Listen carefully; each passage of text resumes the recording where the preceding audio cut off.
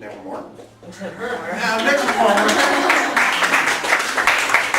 next performer runs a show called the Cafe Gallery, and she's been doing poetry for years and years all over. Leonard! Hi!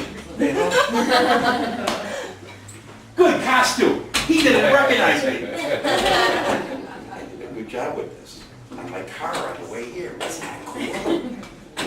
Our next performer runs a thing called the Cafe Gallery at the Gallery Cabaret, 2020 North Oakley. She does it twice a month, and she could tell you what days, the first and third. It's every other Wednesday, and that was next week. Yep. At the Gallery Cabaret. And she's been doing performances all over the city, and she is a really talented performer. And just listen to this woman's voice. It's really cool. Ladies and gentlemen, Jenna Kuypers.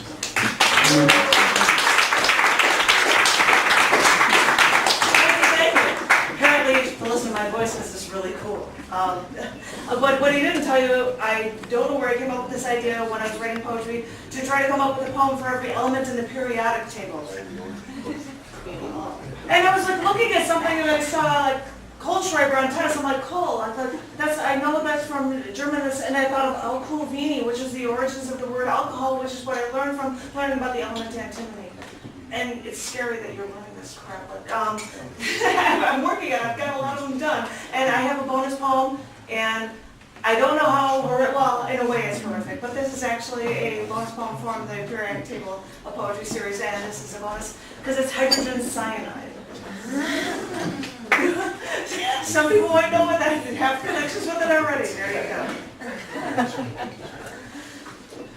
He was once a college chemistry professor, but the Waffen-SS assigned him to work in a Nazi propaganda station in Berlin until the Reich main security office ordered him to go to the Dachau camp to get paperwork. He left his wife and his 2 children for the 2-day trip, and when he arrived, the lieutenant general was away from his office, which left him alone at the camp. In his offices, he paced. A part of him didn't want to go outside. There was safety inside those office walls. But after nearly an hour of pacing, he decided to just go out there. Face it. Get it over with. The air felt heavy when he stepped outside. He could feel the weight of the move he made. His legs grew heavier. He dragged his feet toward the open walkway.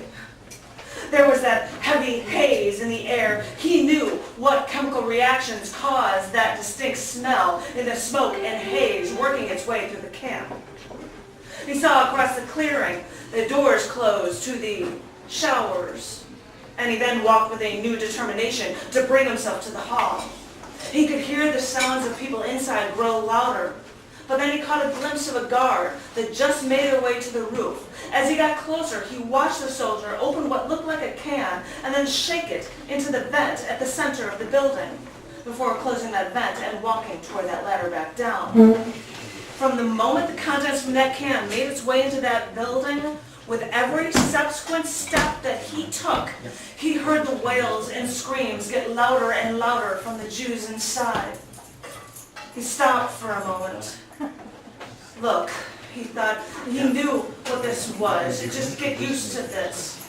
And then, that's when he saw that soldier walking toward the ladder from the building. And he caught up to the soldier, still holding the can in his hand, so he asked to see the can.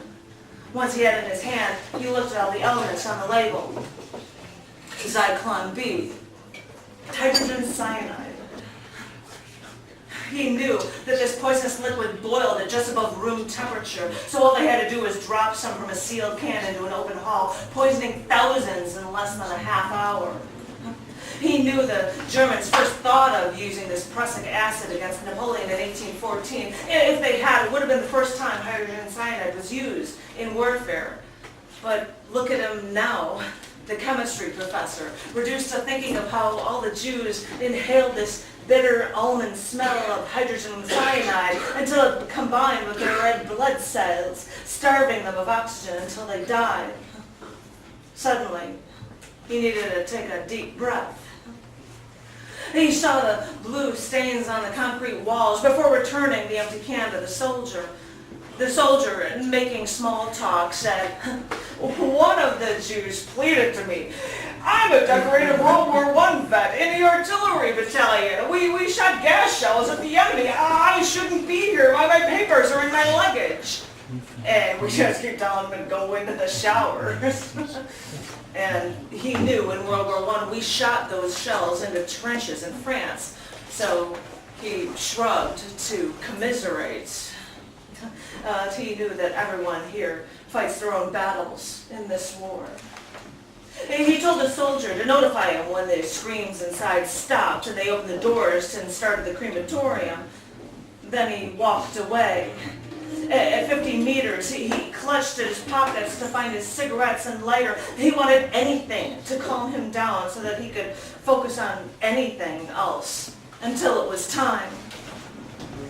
He stood in the field, chain smoking, until he heard the running footsteps in the distance. He looked at his pocket watch. 20 minutes, 20 minutes just passed. The gas chamber doors were open, so he waved to the soldier and he quickened his pace to get to the building. There were different soldiers there at this time as he walked to the doorway. It was dark inside, but he could make out a pyramid of people toward that small, now closed center vent. From what he could tell, it looked like the Jews tossed their babies and their small children toward the top in an effort to keep the children alive. One of the soldiers passed him, so he asked him how long he had been there. Nearly a year, he answered. So he had to ask if doing this, if seeing this bothered him. The man only answered, if you do something long enough, you get used to anything. With that, he nodded slightly and knew he saw enough. He walked away. He later got his paperwork as quickly as possible, and so that he could actually get out of there as quickly as possible. The tension knot shrunk in his stomach as he got home, but when he pulled into his driveway, he saw his wife sitting outside their home with all the windows open. Getting out of the car, he could hear her coughing, sounding more and more hoarse with each gasp. He only wanted to hold her, but concern overtook him as she explained that she had just used a pesticide fumigant throughout the house, and she couldn't even breathe while inside those walls. He looked at the second floor of the house to see for the children, and she told him they were each staying at friends' houses. That chemistry professor could see that fumigant that's killing the vermin inside their home. Hydrogen cyanide was now in their home. A form of Zyklon B was now in their own home. As all she was trying to do was kill the vermin. But the propaganda ministry that he now worked for is telling the nation that the Jews are the rats and that the Jews are the vermin. So he looked at their house and he told her that they would get out of here tonight as far as they possibly could. They'd get their children and they'd make this effort to save themselves. Then he held her close before they left their German home, holding hands.